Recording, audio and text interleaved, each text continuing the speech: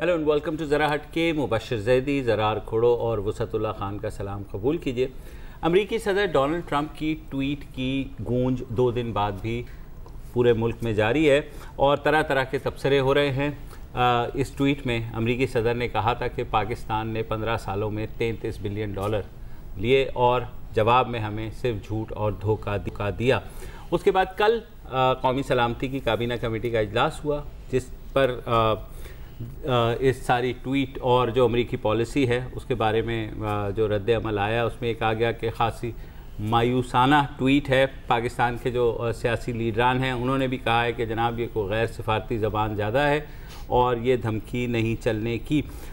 आज साबिक वज़ीर आज़म नवाज़ शरीफ साहब ने एक प्रेस कॉन्फ्रेंस भी कर डाली, जिसमें उन्होंने जिस जगह कड़ी मिलानी होती है, आपको पता है कि वो मिला ही देते हैं, तो उन्होंने कहा जी वो तो ठीक है, ट्वीट तो है ही गैर सिफारत कराना, मगर ये बताएं कि 9/11 के बाद जो फौजी आमिर एक फ़ोन पे लेटा था, तो वो अगर जमहूरी हुकूमत होती तो कम से कम 3 फ़ोन के बाद लेटती, है ना। मतलब तो ये बहस जो है, देखें, हाँ 15 साल से इस मुल्क में बहस चल रही है कि हमने ये जंग अपने कहने पर लड़ी, अमेरिका के कहने पर लड़ी, हमारे मफादात किस कदर हर्ट हुए और फिर बाद में जो हमारे ऊपर तो आज क्या इस प्रोग्राम में ये बात तय नहीं करके देखिए मतलब क्या हो रहा है, जाहिर है, देखिए मसम्मत आपने करनी है, मसम्मत पाकिस्तान के तकरीबन हर कोने से ही आई है और काफ़ी मतलब रिलैक्स्ड और रिस्ट्रेंड किस्म की थी। जो ऑफिशियल आया है कि जी देखें ऐसी बातें नहीं होती हैं और हम अभी भी दोस्त हैं, अभी इत्तेहादी हैं। अच्छी बात है, ज़्यादातर मसम्मत उर्दू में की गई। ये भी एक अच्छी बात है। देखें आप ट्वीट फॉर ट्वीट नहीं कर सकते ट्रंप के साथ, ठीक है। अब अगर यार ख्वाजा eye for an eye makes the whole world blind, tweet for a tweet मतलब मेक्स पता नहीं क्या। पॉइंट इज कि अगर आप मतलब लुंगी धोती पहन के खूनी गंडासा हाथ में लेके ये भी कहें ओए ट्रंप में तेरी बोटी बोटी कर देगा, तू होता कौन है, तो फिर भी चैनल पे तो हुआ है नहीं, लेकिन आप फिर भी ट्रंप के सामने आपका लहजा फिर भी धीमा ही है। आप you can not out Trump, ये मुमकिन नहीं है। अच्छा, फिर उसके साथ साथ जाहिर है कि उस वक्त से हम सब लोग लगे हुए हैं फैक्ट चेकिंग पर। हाँ, ख्वाजा आसिफ साहब आज कह रहे हैं कि जी जैसे ट्रंप ने पूरी रिसर्च की है ना यार, मतलब ख्वाजा आसिफ साहब कह रहे हैं कि जी, और ये भी बातें कहनी पड़ती है, मैं मानता हूँ कि जी आप किसी यूएस ऑडिट फर्म को उठा ले यार, पता लग जाएगा। आपने भी कुछ डेटा निकाला है, मेरा ख्याल है फॉरेन एड पर, आप बयान करना चाहेंगे या अब वो बात गुजर गई? वो मैंने निकाला है, बताएं। अच्छा, और ये कि ना ट्रंप ठीक है ना पाकिस्तानी जो दावा कर रहे हैं वो ठीक है, उसके दरमियान की कोई शक्ल है। मैं इससे पहले ये कहना चाहूँगा कि ट्रंप के ट्वीट का जवाब जो है सिर्फ ये ताकि जो फॉरेन ऑफिस के तर्जुमान है डॉक्टर फैसल, उनके पास भी ट्विटर है, तो वो उसमें लिख देते बस इतना ही काफी था। हाँ, अच्छा, बहरहाल अब जाहिर है कि नॉर्थ कोरिया के प्रेसिडेंट का लेवल पे तो आप बात नहीं कर सकते, जाहिर है, ऐसा तो नहीं हो सकता। अच्छा, ये जो है मुझे ये BBC की सारा हसन है, उन्होंने एक रिपोर्ट मुरतब की है, पिछले उन्होंने 61 साल का जायज़ा लिया है कितनी इमदाद मिली, और 9/11 से पहले और 9/11 के बाद 1954 से अमरीकी इमदाद मिलनी शुरू हुई। अमरीकी इमदाद, अमरीकी कर्ज़े, अमरीकी असला, उसमें सारी चीज़ें शामिल हैं। और जो शुरू के 46 साल हैं 1954 से 2000 तक, उसमें अमरीका की तरफ से आपको मिले, किसी भी शक्ल में मिले, 8 अरब 70 करोड़ डॉलर। ठीक है। ट्रंप ने बात की है 2002 से ना, हाँ 2002 से 2015 तक 39 बिलियन 93 करोड़ डॉलर अमेरिका ने दिए हैं। सोर्स है अमेरिकी think tank centre for global development और अमेरिकन कांग्रेस, ठीक है। अब ये 39 बिलियन 93 करोड़ डॉलर जो है थोड़ा सा एक ट्रिकी है। इसमें आ जाता है कोएलिशन सपोर्ट फंड 13 अरब डॉलर का।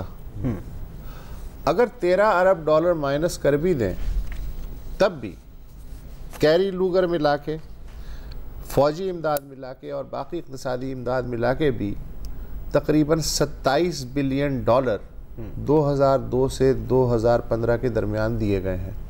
अब 27 के 33 हो गए या 27 के 23 हो गए, डजंट मैटर, लेकिन अमेरिका ने पाकिस्तान को दुनिया में अगर किसी ने इमदाद की है सबसे ज़्यादा, या नरम शराइत पे कर्जे दिए हैं या बैनुल-अक़वामी इदारों से लेने में मदद की है, तो वो अमेरिका है। उसके बाद आता है जापान का नंबर। बिल्कुल, जो हमेशा शरीफों की तरह खामोश है। हाँ, वो ख़ानदानी लोग हैं, खामोश रहते हैं। तो ये कच्चा छट्टा है भाई। कम से कम आपने सपोर्ट फंड की बात की तो कोलिशन सपोर्ट उसको भी माइनस कर लेना, फांसी फंसे हुए, and that is also not a technical payment for services rendered. अच्छा, अब बिल्कुल हम जितनी भी दफा कहें कि जी इतना नहीं है तो इतना है और इसके लिए हमने लेकिन है कुर्बानियां दी, इससे कोई फर्क नहीं पड़ता। खासतौर पर ट्रंप को तो कोई फर्क नहीं पड़ता, राइट? क्योंकि फैक्ट चेक, ट्रंप को फैक्ट चेक करना बिल्कुल वैसा ही है कि आप साहिल पर जाएं, हाँ, और समंदर को कहें रुक जाओ रुक जाओ रुक जाओ, आगे नहीं बढ़ना आगे नहीं बढ़ना, रुक जाओ। हाँ, थोड़ी देर के लिए पीछे चला भी जाएगा, आप खुश हो जाएंगे कि देखो मैंने कहा पीछे चला गया, लेकिन फिर उसने 2 सेकंड के अंदर दोबारा वापस आना है और आप भीग जाएंगे। कोई फायदा नहीं है, समंदर को कुछ नहीं होने वाला। यही मतलब यूएस मीडिया ने हाथ छोड़ दिए, उन्होंने कहा कि यार हमारे से हो ही नहीं सकता। वॉशिंगटन पोस्ट का आज एक आर्टिकल है, एडिटोरियल बोर्ड, आपको याद होगा, लगता तो है कि ये 10 सालों से बैठा हुआ है ना ट्रंप, इतनी खबरें निकालता है बेचारा, लेकिन पिछले साल 20 जनवरी को तो इसने हल्फ उठाया, अभी तो साल ही नहीं हुआ। इस मुद्दत में वॉशिंगटन पोस्ट ने कैलकुलेट किया कि 1950 बार इसने या तो सरासर झूठ बोला है या तो फिर गलत बयानी की है। आप एवरेज निकालें 5.6 झूठ पर डे, यानी कोई आसान काम नहीं है, ठीक है ना? ये वॉशिंगटन पोस्ट के पास कितने डिवीजन आर्मी है? सर वॉशिंगटन पोस्ट के पास कुछ नहीं, और ट्रंप को कहेंगे तो वो तो फेक न्यूज ही है ना सर। अच्छा, अगर हम परेशान हो रहे हैं, और जाहिर है परेशान होना भी चाहिए कि ट्रंप ने ये बात कर दी, तो कोई बात नहीं, उसके बाद वो आगे बढ़ गए हैं, हम फलस्तीन पर। अच्छा, नहीं, वही है ना कि ट्रंप ने कोई आपके लिए थोड़ी बात की है, उसने किसके बारे में बात नहीं की ना, किसके बारे में? एंजेला मर्कल से, एंजेला मर्कल से, वो ब्रिटिश प्राइम मिनिस्टर बेचारी वो थी, उसको उन्होंने ट्वीट दाग दिया। चाइना से तो पंजा छक्का चल ही रहा है, और नॉर्थ कोरिया से तो आपको स्वीडन तक वो कहां तक? अच्छा, मतलब न्यूयॉर्क टाइम्स और वगैरह को तो छोड़, रोजाना ईरान के लिए एक ट्वीट तो आता ही आता है। अच्छा, अब ईरानी इतने आदी हो गए कि वो पढ़ते तक नहीं उसका ट्वीट। ये आप फलस्तीन की बात कर रहे हैं, फलस्तीन बेचारा ना उसकी आर्मी, बजट भी उसका बाहर से आता है, मतलब सबको पता है क्या हालात है। उसको जो है वो धमकियां दे रहा है, उसकी इमदादें रोक रहा है। वो निकी हेली, जी हाँ, बकौल ISPR के DG के निकी हेली, चूंकि भारतीय नजाद है इसलिए पाकिस्तान की दुश्मन, खैर निकी हेली ने कहा है कि अमेरिका अक़वाम मुत्तहिदा के फ़लस्तीनी महाजरीन का जो प्रोग्राम है, जो कि एजुकेशन, हेल्थ और सोशल स्कीमें जो है चलाता है फ़लस्तीनियों के लिए, उसके लिए इमदाद बंद कर रहा है। यानी जो सबसे वल्नरेबल जी बिल्कुल, उसके लिए इमदाद बंद कर रहा है। लेकिन जो अच्छा वो जो न्यूक्लियर बटन का है, न्यूक्लियर बटन का तो यार मतलब सबसे क्लासिक तो वही है। अब मसला ये है कि अगर ये पागल है और नॉर्थ कोरिया के जो रूलर हैं वो भी हैं, तो मैच तो अगर पड़ा हुआ है तो उन दोनों का ही पड़ा हुआ है ना। बिल्कुल बिल्कुल, और इसी बात पर वो भी बता देना कि नॉर्थ कोरिया के बारे में क्या कहा है। ये जो ट्वीट है ना यार, ये क्लासिक ट्वीट है। आपके पास है? मैं पढ़ के बताऊं? मेरे पास वर्बेटम नहीं है, मेरे पास वर्बेटम, आप पढ़ के बताओ। अच्छा, पाकिस्तान की ट्वीट करने के बाद फलस्तीन, शायद से फलस्तीन के बाद भी रोजाना एक मुल्क चाहिए होता है। अच्छा, ईरान के बीच में, ईरान ने फुल सैंडविच बना के ना फिर वो आए नॉर्थ कोरिया पे। उसने कहा कि जी ये नॉर्थ कोरिया के जो सरबराह हैं किम जोंग उन, उसने अभी कहा है कि मेरे डेस्क के ऊपर मुस्तकिल न्यूक्लियर बटन होता है।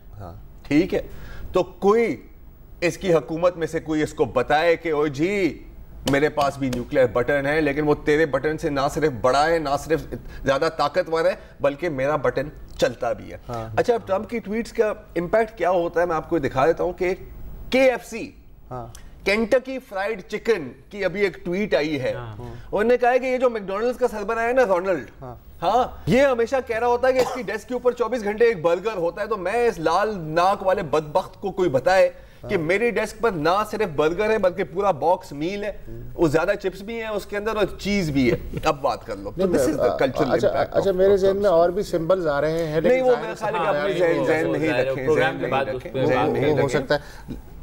लेकिन ईरान इस वक्त एक टांग पे नाच रहा है, ईरानी एस्टेब्लिशमेंट। ईरानी एस्टेब्लिशमेंट तो मेरा ख्याल है कि ट्रम्प के ट्वीट को सबसे ज्यादा जब से आती है सलाम सलाम।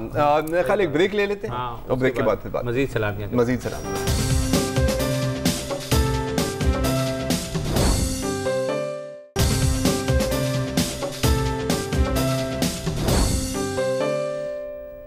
Welcome back. हम बात कर रहे हैं प्रेसिडेंट ट्रंप के ट्वीट के ऊपर कि उसके बाद पाकिस्तान में जो संजीदा बात है कि उस वक्त जो हमने आपका क्या ख्याल है, क्या होगा? ट्रम्पियाँ बहुत हो गई, ट्रम्पियाँ बहुत हो गई। अच्छा सीरियस बात करनी है। अच्छा वैसे मुश्किल है ट्रम्प के लिए, लेकिन मैं कोशिश करता हूँ।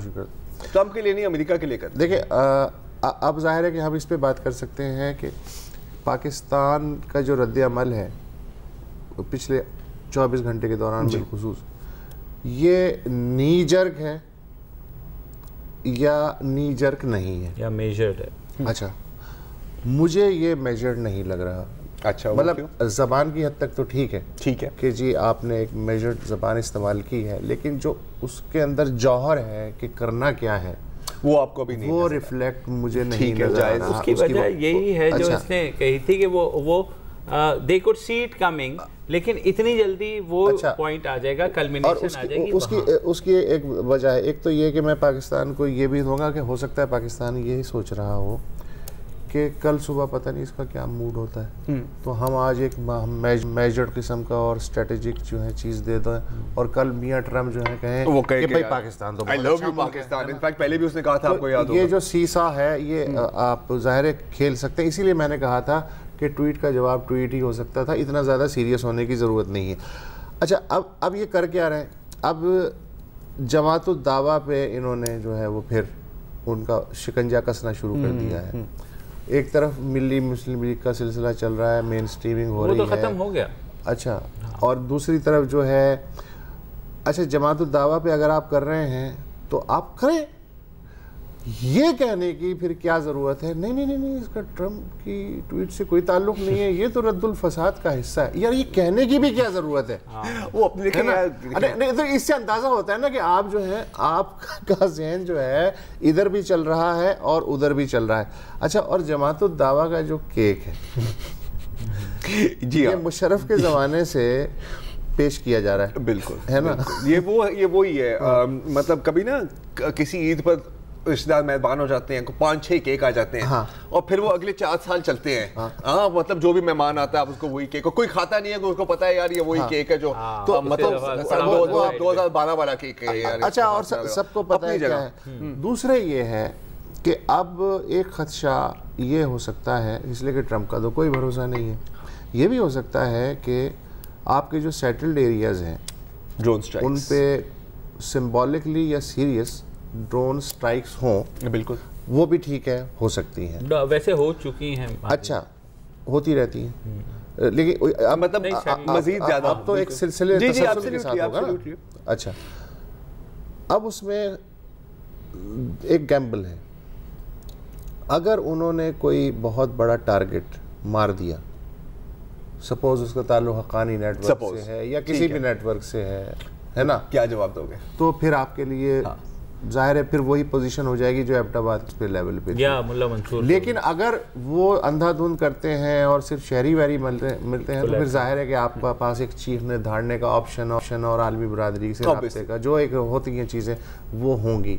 तो मुझे लगता है कि ज़्यादा से ज़्यादा जो है यही थिएटर शुरू होने वाला है। डेफिनेटली जहाँ तक सैंक्शंस का मामला है, अब बाकी रह गए हैं $250 मिलियन, बाकी तो सब रुके हुए हैं ना 750 में से, तो वो भी रोक ले। $250 मिलियन ड्रोन स्ट्राइक्स और बूट्स ऑन द ग्राउंड से कम पे अब हम बर्दाश्त कर सकते हैं, क्योंकि नॉन नेटो अलाई का स्टेटस वापस भी ले लेंगे तो कोई फर्क नहीं, क्योंकि नॉन नेटो अलाई का मकसद ये था कि पाकिस्तान को वो मिलिट्री हार्डवेयर मिल जाए जो किसी नेटो अलाई को जो वो मिला ही नहीं। तो पॉइंट इज तो वी डोंट हैव, मतलब वो सिर्फ मतलब बिजनेस कार्ड लेकिन पे लिखवाने के लिए तो सवाल वही है। आज मेरी जनरल तरत मसूद से भी बात हुई तो ही वाज आल्सो सेइंग कि यार हमें अपनी पॉलिसी देखनी है कि हक्कानी नेटवर्क वाली पॉलिसी जाहिर है हमने एक ज़माने में परसू की कि इंडिया का इन्फ्लुएंस इससे कम हो अफ़गानिस्तान में, दैट हैज़ नॉट वर्कड। तो अब हमारे पास कितना एक चांस है कि हम अगर हक्कानी नेटवर्क के कुछ लोग हमारे पास हैं तो उनको उनका क्या करें? देखिए, एक इस पे ही बड़ी एक इंटरेस्टिंग आर्टिकल आया है न्यूयॉर्क टाइम्स में, और वो था is Pakistan willing to lose America. ठीक है कि भाई जो अमेरिका का एटीट्यूड है उससे मजीद आप हार्डलाइन रिस्पॉन्स ही देखेंगे और पैरानोया देखेंगे अफगानिस्तान पाकिस्तान में। तो अगर हम जल्दी से एक खित्ते पर नजर रखें तो इसका क्या इम्पैक्ट होगा? अफगानिस्तान की पोजीशन मजीद हार्ड होगी, इंडिया की पोजीशन मजीद हार्ड होगी, वो मजीद आप पे प्रेशर डालेंगे, ना सिर्फ मिलिटरीली और इकोनॉमिकली बल्कि हर बैनुल अक़वामी फोरम। इसमें एक और मुल्क का भी इजाफा कर ले, बताएं। सऊदी अरब। सऊदी अरब का भी, अच्छा, Saudi Arab will use this कि जी आप हमारे से आके बात करें, कुश्नर मेरा चड्डी बड्डी है, मैं आपकी बात करा देता हूँ। ठीक है, अभी जो दोनों भाई गए हुए थे, अभी जो दोनों भाई गए हुए थे जिसकी मुझे कोई समझ नहीं आ रही कि वो क्या है, ये डिफर्ड पेमेंट वाली बात मुझे तो समझ में नहीं आ रही बॉस।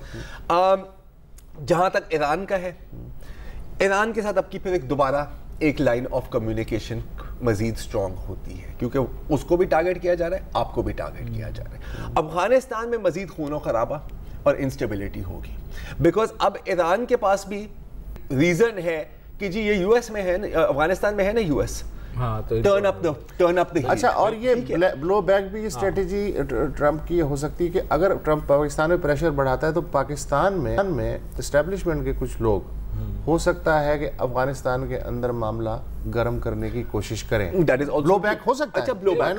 अब एक और चीज ये है, अब चीन, ठीक है, अब हमारे पास जीरो चांस बचा है, सिर्फ चीन और चीन ही है। पहले भी ऐसे ही था, लेकिन जो थोड़ी बहुत हमारी बार्गेनिंग पावर थी वो कम होती जा रही है, वो कम होती है। अब जो चीन कहेगा यस सर, अब जो चीन कहेगा। अच्छा, अब अफगानिस्तान में आपने जो इंटरेस्टिंग बात की ना ब्लो बैक की, कि यार देखो 16 सालों से वो वहां बैठे हुए हैं, कैसे हो सकता है कि दाइश आ गई? कैसे हो सकता है? मैं तो मानने के लिए तैयार नहीं हूं, आई एम सॉरी। ठीक है ना, चीन का इंटरेस्ट है, एक तो पड़ोसी भी है, और ये जो ओबॉल वाला नेटवर्क है, अगर अफगानिस्तान और इस खित्ते में अमन ना हुआ, ये प्रोजेक्ट सारे मुतासिर होते हैं। बिल्कुल, राइट।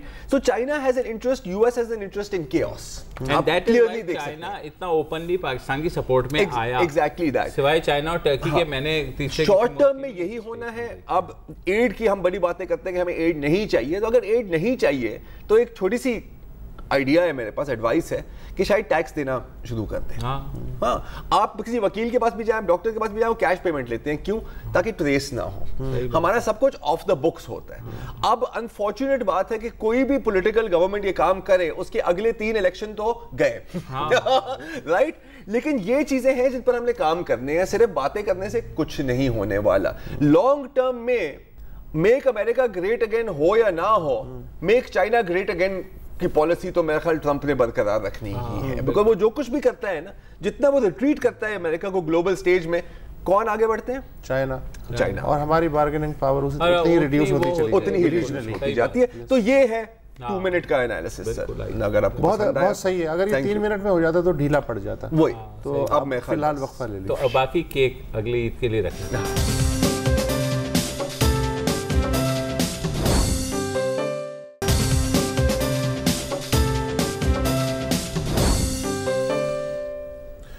Welcome back. और अब कुछ गुफ्तगू ये कि हुकूमत और काश्तकार पिछले कई दिन से गन्ना हुए हैं। खुसूसन जुनूबी पंजाब से लेके कराची तक की जो सूरत हाल है, उसमें जुनूबी पंजाब में ज़िला रहीम यार ख़ान में तरंडा सिवाय ख़ान के करीब से कुछ देर पहले तक रेलवे ट्रैक पे काश्तकार बैठे हुए थे और दोपहर 2 बजे से ट्रेनों की आमदोरफ्त मुअत्तल थी।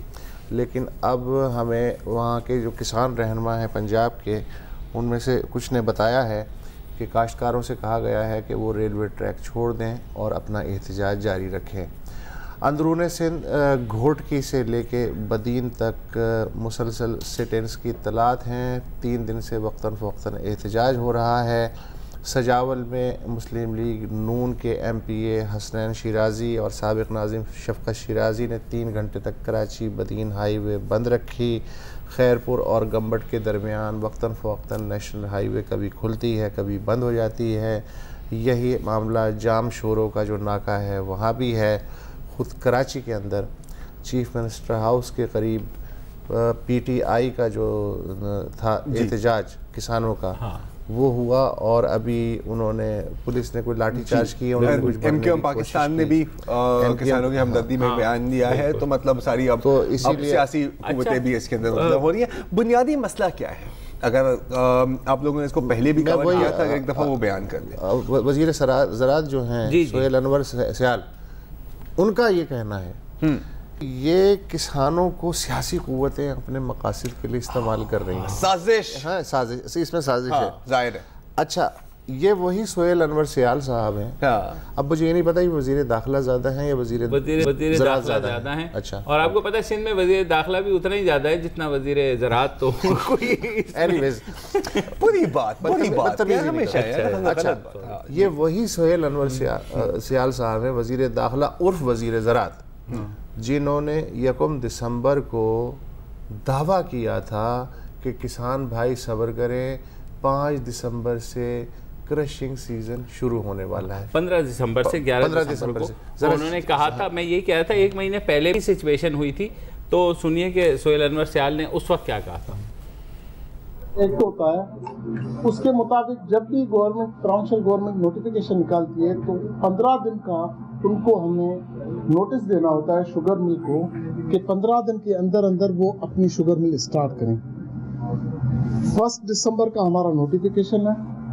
15 दिसंबर तक 14 दिसंबर तक भी मैं किसी शुगर मिल के खिलाफ एक्शन नहीं ले सकता। उस 15 दिन के नोटिस के मुताबिक एक एक्ट है, उस एक्ट के मुताबिक 1 तारीख से क्रशिंग सीजन स्टार्ट हो गई। 1 तारीख से सिंध गवर्नमेंट ने नोटिफिकेशन निकाला, उसके 15 दिन परचेजिंग जो है वो हो जाती है शुरू, वो हो रही है परचेजिंग। लेकिन हाँ, पॉलिसी अभी तक फेडरल गवर्नमेंट की नहीं आई है, तो ग्रोअर्स जो जिस रेट पे अपने बिल से दे रहे हैं तो वो ले रहे हैं, लेकिन मिलें जो है काफ़ी हद तक, मुझे केन कमिश्नर बता रहा है कि मोर देन 80% 90% जो है केन कमिश्नर बता रहा है कि शुगर मिलें स्टार्ट हो चुकी हैं। 10% रहती हैं, तो उसको भी हम 15 तारीख से पहले उनको हम कुछ भी नहीं कह सकते। अच्छा, 15 तारीख से पहले, 15 तारीख से पहले। अच्छा, तो फिर क्या हुआ? फिर हुआ ये कि 21 दिसंबर को जी इनकी प्रेस कॉन्फ्रेंस के 20 दिन बाद 21 दिसंबर को सिंध हाई कोर्ट हुक्म देती है कि शुगर मिलें जो अपना मनमाना रेट है उस पर गन्ना खरीदने की बजाय 182 रुपए का जो ऑफिशियल रेट है उस पर गन्ना खरीदें, लेकिन उसमें से 10 रुपए अदालत में जमा कराएं ताकि वो बतौर सिक्योरिटी रखा जा सके, और जब तस्फिया हो जाएगा किसानों और शुगर मिलों का तो वो 10 रुपए जिसके होंगे वो उससे हो जाएंगे। अच्छा, इसके बाद से गन्ने के काश्तकारों की जो एक्शन कमेटी है सिंध में, उन्होंने कहा है कि 32 में से 25 शुगर मिलों ने गन्ने की ख़रीदारी रोक दी है। 6 लाख एकड़ पे हमने गन्ना लगाया था, वो मुस्तकिल ना सिर्फ सूख रहा है, उससे ज़ाहिर करोड़ों का नुकसान अलग है, और सबसे बड़ा जो अगले साल पता जाएगा, गंदम की बुआई में ताखीर हो गई है। यस। अच्छा, एक चीज़ अगर आप वाज़ेह कर लें, क्योंकि हो सकता है कि सब लोगों को इसके बारे में पता नहीं है। जब गंदम सूखती है, जब गन्ना सूखता है, क्या फर्क पड़ता है काश्तकार को, क्या फर्क? अच्छा, इस बात से मुझे पता है कि हम सब जानते हैं, एक दफ़ा क्लियर कर लें। हाँ, ये मेरा ख्याल है, मैं किसान नहीं हूँ, मैं जो भी सुनी सुनाई बात करूँगा। एक किसान chairman agree forum Pakistan doctor Ibrahim Mughal साहब हमारे पास मौजूद हैं। ठीक है जी, उनसे ये सब आप उनसे कर लीजिए। जी, अस्सलाम वालेकुम डॉक्टर मुगल, बहुत शुक्रिया हमें ज्वाइन करने का। एक बार अगर आप हमारे नाजरीन के लिए थोड़ा सा वाज़ेह कर दें कि जब किसी किसान का गन्ना सूख रहा होता है और मिल वाले ख़रीद नहीं रहे होते, वो सूरज के नीचे ख़राब हो रहा होता है, क्या असर पड़ता है इससे गन्ने पर और बाकी बाद में फिर कीमत? बड़ी मेहरबानी आपकी जी। असल में अगर गन्ना कटने के बाद मिल नहीं खरीदती तो वो गन्ना नहीं सूख रहा होता, असल में वो आबादगार, वो किसान सूख रहा होता है। बेशक, क्योंकि जब वो सूखता है तो उसके वजन में बड़ी तेजी से कमी आना शुरू हो जाती है, और जब कमी आती है तो शुगर मिल वाला एक लफ्ज क्वालिटी के नाम पर बोलकर क्वालिटी कट की बात करता है कि इसकी क्वालिटी जो है वो इंफीरियर हो गई है। और ये जहन में रहे कि सिंध में अगर 100 किलोग्राम आपने गन्ना लिया है तो उसमें से पंजाब में कोई 8.5 से 9 किलोग्राम चीनी बनेगी, जनूबी पंजाब में 10 किलोग्राम 100 किलोग्राम गन्ना से चीनी बनेगी, और सिंध में तकरीबन 10.5 से 11 किलोग्राम चीनी बनेगी। लेकिन गन्ना अगर सूख जाए तो चीनी बनने की शरह जो है वो भी 5 से 10%, ज्यादा सूख जाए तो 20% तक कम हो जाती है। और अल्टीमेटली क्वालिटी कट जो लगता है, जैसे मैंने अर्ज की कि किसान ही सूखता है, अल्टीमेटली नुकसान उसका किसान को ही बर्दाश्त करना पड़ता है। 182 रुपए वाला गन्ना जो आज सिंध में 140 रुपए के लिए कोई खरीदार नहीं है, अगर वो सूख भी जाए तो वो 100 रुपए में भी नहीं लेंगे। और क़यामत की निशानी है कि गन्ना 140 रुपए में लेके उसमें से रस निकाल कर, उसमें से चीनी निकाल कर 50-55 रुपए किलो। अच्छा मुगल साहब, इब्राहिम साहब मुझे ये जानना चाह रहा हूँ कि गन्ना भले सूख जाए, लेकिन इसको जरा करेक्ट कीजिएगा कि लेकिन उसमें शुगर कंटेंट जो है वो रहता है, तो कोई शुगर मिल मालिकान को इतना ज्यादा नुकसान नहीं है। बल्कि उन्हें तो फायदा है कि गन्ना भी सस्ता मिल रहा है और शुगर कंटेंट भी उतना है। ये जो सुक्रोज कंटेंट है, ये अगर ज्यादा डिले नहीं होता तो इसमें रिकवरी या सुक्रोज कंटेंट जो है उस पर बड़ा डेसिमल्स में जाके बड़ा मामूली फर्क पड़ता है। लेकिन उसके वजन में जो कमी आती है, लेट्स से कि मैं एक ट्राली 400 मन की लेके आया हूँ और वो 350 मन रह जाती है, पानी उसमें से सूख गया है, तो 50 मन का मुझे तो 1 रुपया भी नहीं मिलेगा। तो किसान को नुकसान होगा, शुगर मिल वाले को नहीं होगा।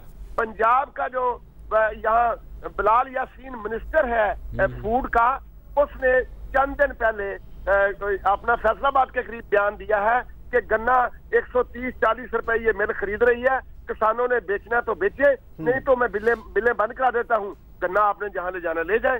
ये स्टेटमेंट है एक वजीर की, एक जिम्मेदार की। ये सूबे में 17-18 लाख एकड़ पर गन्ना इस इंडस्ट्री को चलाने के लिए बोया गया है। आपकी 32-33 मिलें हैं, 25-26 नहीं चल रही। अब ये हो ये रहा है कि ये जो 15 से 20 अरब रुपया नजायज छीना जाएगा, पहले तो ये डाका डाला जा रहा है। मैंने आपके पिछले प्रोग्राम में भी कहा था, इस मर्तबा हर मिल नजायज 65 से 70 करोड़ रुपया बचाएगी।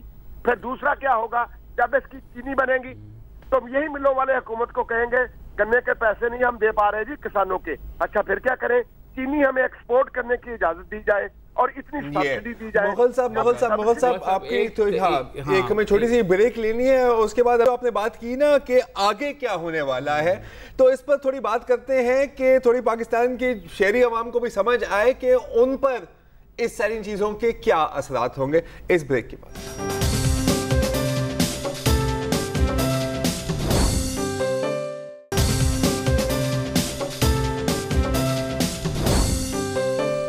Welcome back. बात हो रही है गन्ने की जो क्राइसिस हो रहा है उस पर। मुगल साहब आप कह रहे हैं किसान पिस गए, मैं जवाब दूंगा कि किसान तो हमेशा ही पिस रहे होते हैं, दिहाइयों से पिस रहे हैं।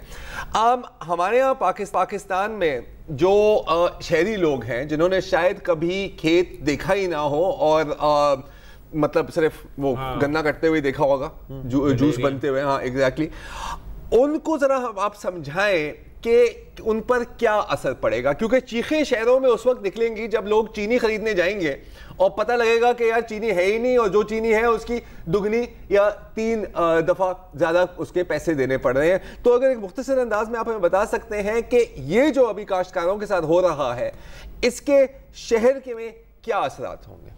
पिछले 5 साल से गन्ने का रेट 180-182 रुपए मन चल रहा है पाकिस्तान में, और चीनी पिछले 5 साल से 55 रुपए 50 रुपए किलो बिक रही है, 60 रुपए तक जाती है। इस साल गन्ना 140 रुपए में खरीद रहे हैं। चीनी की कीमत उस तनासब से 35 रुपए किलो होनी चाहिए। सारे पाकिस्तान में सर्वे करा लें कि क्या किसी एक दुकान पर भी एक छटाक चीनी भी 35 रुपए किलो बिक रही है? नहीं बिक रही। चीनी 50, 55, 60 रुपए ही है। मैं कह ये रहा था कि 2 महीने के बाद ये होगा कि किसान इनके पीछे भागेंगे फिर कि गन्ना तो आपने लिया, औने पौने दामों ले लिया, हमारे पैसे दो गन्ने के। तो ये फिर मिल वाले हुकूमत को कहेंगे कि हमें सब्सिडी दो, चीनी बाहर भेजे, हमने किसान के पैसे देने हैं। आज सिंध में 60 अरब रुपए का गन्ना खरीदा जाएगा। 60 अरब रुपया गोया ये 25 मिले, 2-2.5 अरब रुपया एक मिल के हिस्से आता है। किसी मिल का पूछ ले, 1 रुपया भी बैंक से इन्होंने लिया है कि आप हमें लोन दे और उस लोन के बदले में हमने गन्ना खरीदना है? गन्ना मुफ्त में या उधार खरीद रहे हैं। जब ये किसान अपने गन्ने के पैसे मांगने जाएगा तो फिर जब ये हुकूमत को ब्लैकमेल करेगा मिल वाला, तो फिर हुकूमत उस पर सब्सिडी देगी और क़यामत तब आएगी कि किसान को पैसे फिर नहीं मिलेंगे और सब्सिडी वाले पैसे ये तो फिर सुओ मोटो लिया जाएगा। अच्छा, एक मिनट मेरी बात मुकम्मल होने दें। मैं ये कह रहा था कि अगर 35 रुपए चीनी पड़ती है, चलो किसान तो लुट गया, उसने तो कसम खा ली के कुरान की कसम है मैं आइंदा गन्ने के करीब नहीं जाऊंगा। लेकिन मुझे ये बताएं कि 50 लाख टन चीनी इस मुल्क में बिकती है जो 35 रुपए किलो पड़ेगी। सिंध में या पंजाब में ही मेन गन्ना होता है, KPK में तो बड़ा थोड़ा है, और 35 रुपए वाली चीज ये 50-55 रुपए में बेच रहे हैं। और अगर ये 20 रुपए किलो भी इजाफी ले रहे हैं तो 50 लाख टन पर 100 अरब रुपया बनता है। ये शहरियों की जेबों से निकलेगा। एक तरफ किसान को छुरा मारा, दूसरी तरफ शहरी को लूट रहे हैं। ये कहाँ की गवर्नेंस है, कहाँ की हुकूमत है, कहाँ की मतलब ये पासदारी है और कैसा ये मामला? मुगल साहब, मसला तो यही है ना कि ये शुगर मिलें भी तो सियासतदानों की हैं जो हुकूमत में शामिल हैं, तो जाहिर है वही एक्सप्लॉइट कर रहे हैं। नहीं, मैं मानता हूँ आपके सिंध में जरदारी साहब की हैं, मिर्जाज की हैं, और पंजाब में शरीफ बरादरान की हैं, शबाशी साहब की हैं, जहांगीर तरीन बहुत ज्यादा आजकल लूट में सबसे ऊपर वो गया हुआ है रहीम यार खां में। मतलब उसका पेंदा ही खत्म हो गया। जब उसे डिक्लेयर किया कि तुम करप्ट हो, उसने कहा चलो मैं करप्ट हूं, तो करप्शन की इंतहा कर रहा है, लूट रहा है PTI वाला। गोया कोई बख्शने के लिए तैयार ही नहीं है। और मैं कहता ये हूँ कि क्या रियासतें ऐसे चलती हैं, हुकूमतें ऐसी चलती हैं? मुझे ये बताएं, आपके मिठाई बिकती है, हर को बंदा किस तरह लूट रहा है? लुट रहा है सारफ और लुट रहा है प्रोड्यूसर, एक तरफ किसान। मिठाई में 60% चीनी होती है, मिठाई 500-600 रुपए किलो बिक रही है। अगर चीनी आज 30-35 रुपए हो जाए, मेन उसका कॉन्स्टिट्यूएंट मिठाई है, क्या मिठाई वाला मिठाई की कीमत आधी करेगा? कभी नहीं करेगा। बोतल पीते हैं आप, उसकी कीमत आधी होगी? कभी नहीं होगी। घर में चीनी आप लेके जाते हैं, उसकी कीमत 35 रुपए होगी? कभी नहीं होगी। गोया फिर मरा कौन? मरा वो गरीब किसान जिसके सिंध में 15 से 20 अरब लूट लिए जाएंगे, पंजाब में तकरीबन 40 अरब रुपए लूट लिए जाएंगे। कल को बिल्कुल सब्सिडी दे। बहुत शुक्रिया, बहुत शुक्रिया मुगल साहब। अब देखिए ये जो बात है ना यार, इसके जो लॉन्ग टर्म असरात है ना वो बहुत ही खतरनाक है। हम बात करते हैं कि मईशत बना, अभी हम बात कर रहे थे ना कि US एड नहीं चाहिए हमें, ठीक है, नहीं चाहिए। जब किसान की जेब में पैसा होता है वो जाके बाजार में खर्चता है। हाँ, इकोनॉमिक एक्टिविटी जनरेट होती है। यहाँ पर क्या हो रहा है कि गन्ने की अगर फसल नहीं कट रही, उनकी नहीं बिक रही, अगली फसल में ताखीर होगी। आखिरकार इसका असर किस चीज़ पे पड़ेगा? पाकिस्तान की इकोनॉमी। वो जो 1% है ना, वो तो नोट बनाते जाएंगे, जो 99% है वो पूरा साइकिल, ये हाउस ऑफ कार्ड जो है वो, ये चीज़ एग्जैक्टली दैट इफेक्ट होता है। आज के लिए इतना ही, कल दोबारा हाजिर होंगे। इजाज़त दीजिए, खुदा। अस्सलाम वालेकुम। अगर आपको हमारे शो पसंद आया है तो प्लीज़ हमारे YouTube चैनल को सब्सक्राइब करें, और अगर मुनासिब समझे तो इस वीडियो को लाइक भी कर लें, तो कोई हर्ज नहीं है, और शेयर भी कर लें और कमेंट भी कर दें जी, वरना वो सब ऐसे ही लिखते रहेंगे। और ये जो दोनों कह रहे हैं ये कर लें जी प्लीज़, नहीं तो हमें भी घर जाना है, मैं आपके कंप्यूटर में नहीं रहना 24 घंटे। सही बात।